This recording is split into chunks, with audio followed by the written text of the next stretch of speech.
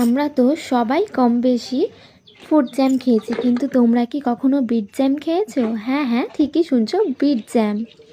তো চলো না করে বক বক শুরু করা যাক কাজ। প্রথমে আমি কয়েকটা বিটকে ছাড়িয়ে ধুয়ে কেটে প্রেসার কুকারে 2 থেকে 3টে সিটি দিয়ে নিলাম। এরপর ওই বিটগুলোকে ঠান্ডা করে মিক্সিং জারে দিয়ে একটা খুব ভালো করে পেস্ট করে নিলাম। এরপর কড়াই গরম করে তাতে দিয়ে দিলাম বিটের পেস্টগুলো দিয়ে খুব ভালো করে নাড়াচাড়া করার পর 2 থেকে 3 মিনিট খুব ভালো করে নাড়াচাড়া করতে হবে।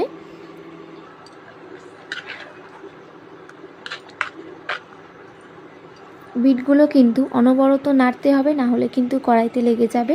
এরপর আমি দিয়ে দিলাম সামান্য লবণ দিয়ে আবারও খুব ভালো করে নাড়াচাড়া করতে হবে। কিছুক্ষণ এভাবে নাড়াচাড়া করার পর আমি এতে দিয়ে দিলাম 1 কাপ পরিমাণে চিনিটা দিয়ে 4 থেকে 5 মিনিট আবারও খুব ভালো করে নাড়াচাড়া করতে হবে।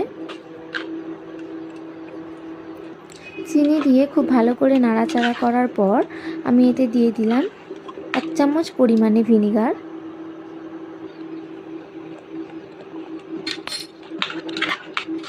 ভিনিগার দিয়ে 1 থেকে 1.5 মিনিট নাড়ানোর পর এতে দিয়ে দিলাম সামান্য পরিমাণে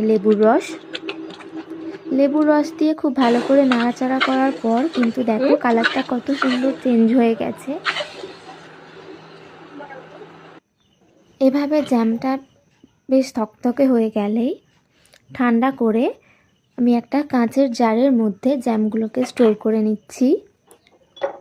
কাঁচের জারে জ্যামগুলো রাখলে কিন্তু অনেক দিন ভালো থাকবে।